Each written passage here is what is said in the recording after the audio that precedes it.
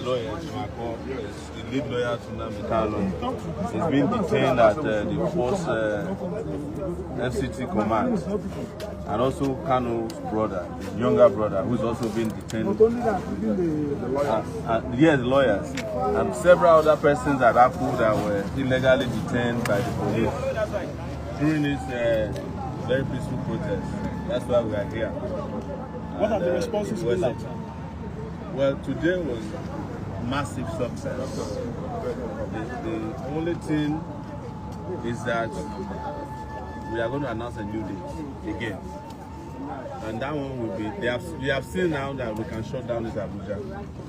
And you know Abuja, not even the Federal High Court where we're supposed to go and defend our case today, sat. Because everywhere was shut down. And we are happy that Uma here shuts down. Massive protests everywhere. So people better understand now that we are not joking.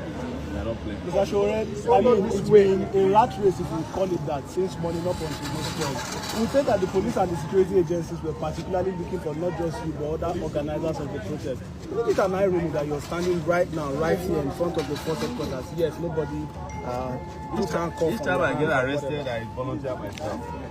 There's never a time the police wanted me that I did not show myself, make myself available.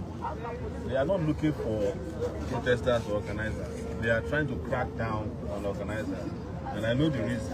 The new guy they just brought, they call him Mila Tawai. He's trying to please Tinubu and the illegal IG here and Wiki. That's why he's doing this. But we have said this, we have seen worse policemen before.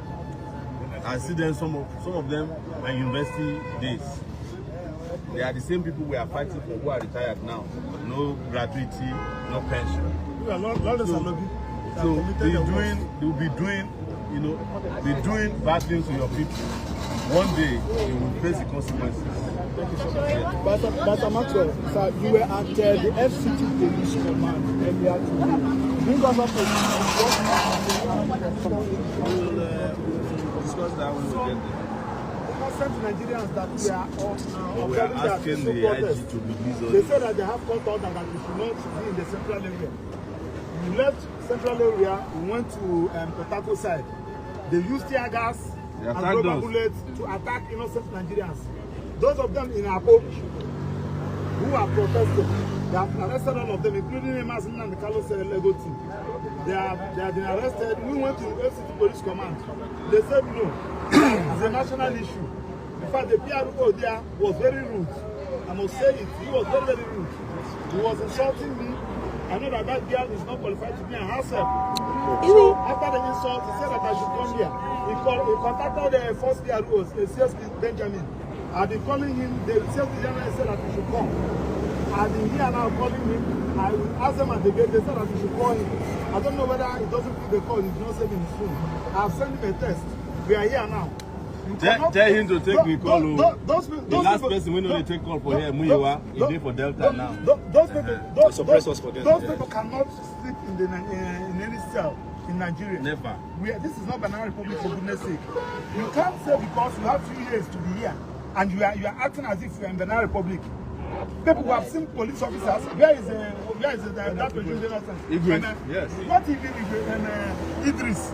Yes. The one whose eyeglasses bigger than his achievement.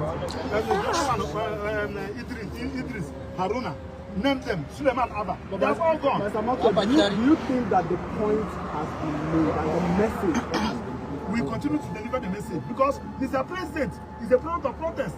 I participated in a protest with him there in Ojota. It's a product of protest, for goodness sake. Had it been that Jonathan refused to hand over, heaven will not fall. Heaven will not fall. If Jonathan said I'm not handing over, not heaven will not fall, but he handed over for peace to reign. Had it been that Buhari did not come and hand over, will you be a president? No. Why do you want to destroy the system because you're the president? A Democrat like you, Mr. President. Mr. President, I'm highly disappointed. The president is not a Democrat. Not calling him a Democrat. As a student, I participated in several protests with you. Why should you want to kill people because they are protesting? Peaceful protest. Look at police officers. I want the people protesting for police officers. Their welfare. And I'm highly supported to police officers. Go and ask those that look at how their life is. They give you bullets. Can't you use their brain? You are dancing people when we were here protesting for your salary. For your salary. Go kill them.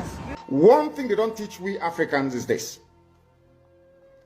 No country exists on a foundation of multiculturalism. There is nowhere in the world. Listen to me very carefully.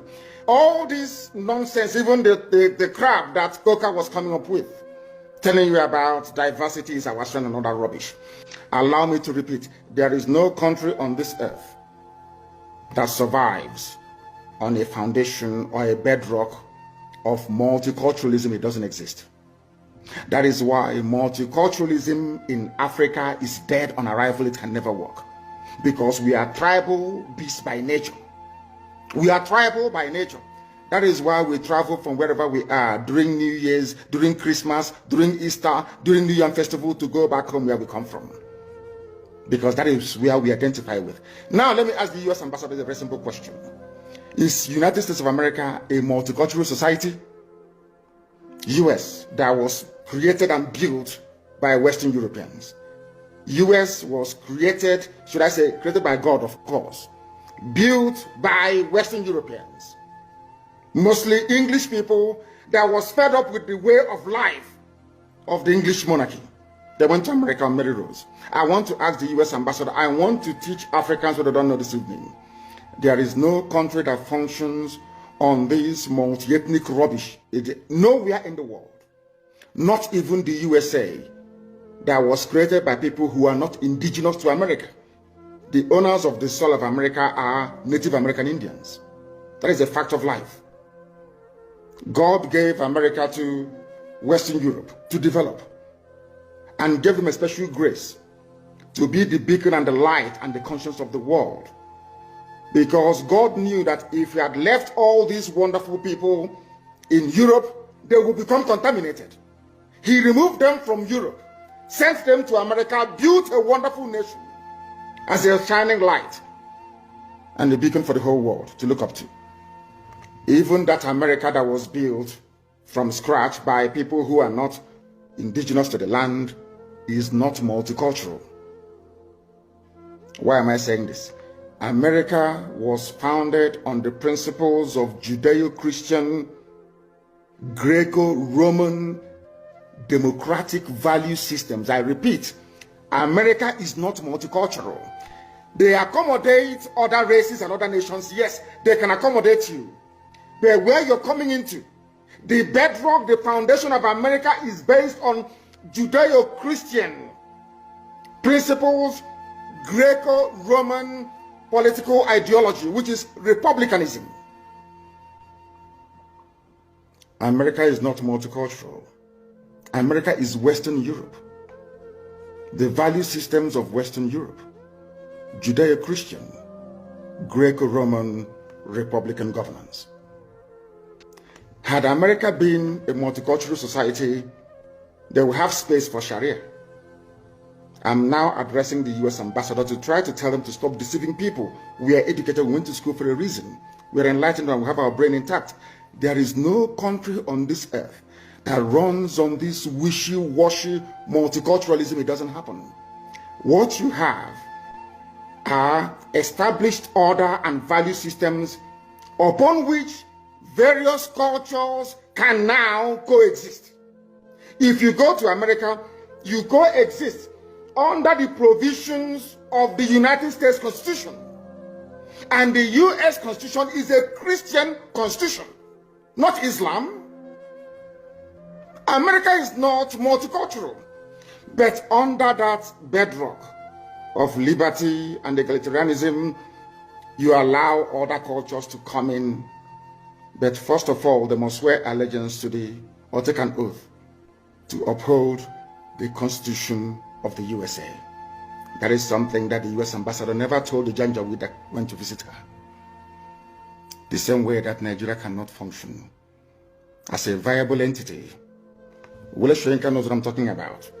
I'm even sure somebody who claims he's learned, as Bishop Coker is, understands what I'm talking about. No country on this earth. The value system of the State of Israel is based on Judaic principles. The value system of Russia is entirely theirs. It's based on theirs. It's the Russian way of doing things from times of the Tsar. If you go to Saudi Arabia, it is essentially a Sharia Islamic state. You can live there, no problem. You can build your churches if you want. I think they've not started to allow churches to be built. But it is never a multicultural society. Japan is not a multicultural society. China is not. They can accommodate you, but that doesn't mean they are multicultural. This is the type of nonsense they feed Africans. And we fall for that very gimmick of multiculturalism. At the end of the day, you end up with a useless contraption like Nigeria. You don't have any value system that anybody anywhere can define. If I talk about the USA, I can talk about hamburger in the USA. We can talk about, what else do they have in the USA? Hamburger, you can talk about, what's it called? What are the traditional dishes? Apple pie and all the rest of it. You can say that these are American dishes. If you go to the UK, you can talk about maybe mashed potato and bangers and mash, which is sausage and mashed potato as their national meal. That's understandable. But I ask you, if you come to Nigeria, what is the national dish of Nigeria? Does a Fulani Janjaweed eat ofe egusi, where we come from? Does an Igbo man eat a wedu soup? The answer is no. So on what basis is all this so-called multicultural foundation going to be laid upon? On what? We are not one people. We may be black, we may be Africans, but we're not one people. Not even one religion. If Britain cannot stay in an EU that is entirely Christian, EU is entirely Christian. Britain left. Nigeria, you don't know if Nigeria is Christian or in fact is Islamic. So for me to accept the multiculturalism being preached by the US ambassador, I have to embrace Islam as my religion. That's what it means. And some of you get taken in by all this rubbish. And I feel sorry for you. Yeah, sometimes when I say this, I'm being very arrogant. If you are educated, you will understand that no nation is multicultural. They allow other cultures to come in. It doesn't mean they're multicultural. They have a viable space where multicultural ideas or identities can thrive. But the foundation has to be monolithic. It has to be one dominant value system and ideology. That's how it is all over the world. Don't let anybody fool you otherwise. That is the same reason why you have this anomaly. In a so-called republic, you have royal fathers in a republic. Because you are trying to shuffle multiculturalism. You are trying to marry the feudal system of the north, the monarchical system of the west, and the republican system in the east, to marry them into one. And what you have is entirely rubbish, and that is why Nigeria can never work. Not now, not tomorrow, not ever. Competing value systems. Nobody wants their own value system to be subsumed under another person's value system. This is something that the US ambassador never told you. But here I am telling you today. Because if you come here, you become educated. If you come here, you become enlightened. If you come here, you stop being a zoo animal, you become a human being. That is why we are the largest and, of course, the most consistent broadcasting platform insofar as Africa is concerned, right across the world. Millions listen to us because they know we preach the truth, the whole truth and nothing but the truth. That is why this very day, because you are in one Nigeria, in multiculturalism, the army will come to Olo to defend Fulani Janjaweed living in our forests. We went to Olo to defend our people. They came, they arrested the clerics. Men of God, they arrested all of them. How many times have you heard that imams were being arrested in the north? Or that villages were being invaded in the north and imams being arrested? Only in Biafra land. And this is your multiculturalism. This is a place where you want all of us to stay somehow to pretend that all is well when we know that it is not. In that same Nigeria is where Fulani headsmen openly boast about conquest. Benue State is one. That is why I feel sorry for the idiots talking rubbish from Benue. They came and they made the same bold claim on Edo State. And I quote, "We will kill all policemen and take over Edo State." Vanguard publication of January 23, 2021, this year. Only 2 months ago. Nothing happened to them. Only the Fulanis can lay claim to land that doesn't belong to them and nobody will say anything. When you try to respond, they come against you. And your average foolish Nigerian who cannot reason properly, they're not educated very well, I'm sorry to say, will side with the oppressor. It's only in Nigeria where the victim becomes the accused. You came into Olo, Hope Uzodinma tried to give you land in Olo to build a Fulani settlement, and we said no to it. That's all. To talk about Olo crisis. And now they're trying to blame IPOB, they're trying to blame Eastern Security Network. But all of you are aware of the fact that Nigeria Army and Nigeria Police are essentially Fulani Janje with terrorists in uniform. The newspapers, all the articles, everywhere, the national discourse is replete with instances of Fulani being supplied by the military, as you're going to listen to later on. But nothing happens. When you try to fight back, you become the victim. And we are saying we are fed up of being victims. We can no longer be victims anymore. If you kill us, we will kill you. I'm saying it live on video, so you can share the video all over the world if you want. If you come to our land to kill us, we will kill you. As simple as that. It may take us some time, but eventually we'll overwhelm you. Well, in the end, we always win. As I warned them in Benue, we are in Benue. In all of our communities in Benue State, and we're not living there until we are certain that the lives and properties of our people there are firmly secured. Any day we learn to stop blaming the victims, this world will be a better place.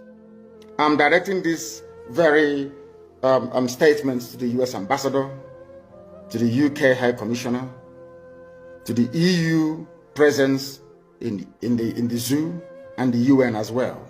I know all of you will do nothing. We are not Muslims, so you're not going to help us. That's obvious. We know that for sure.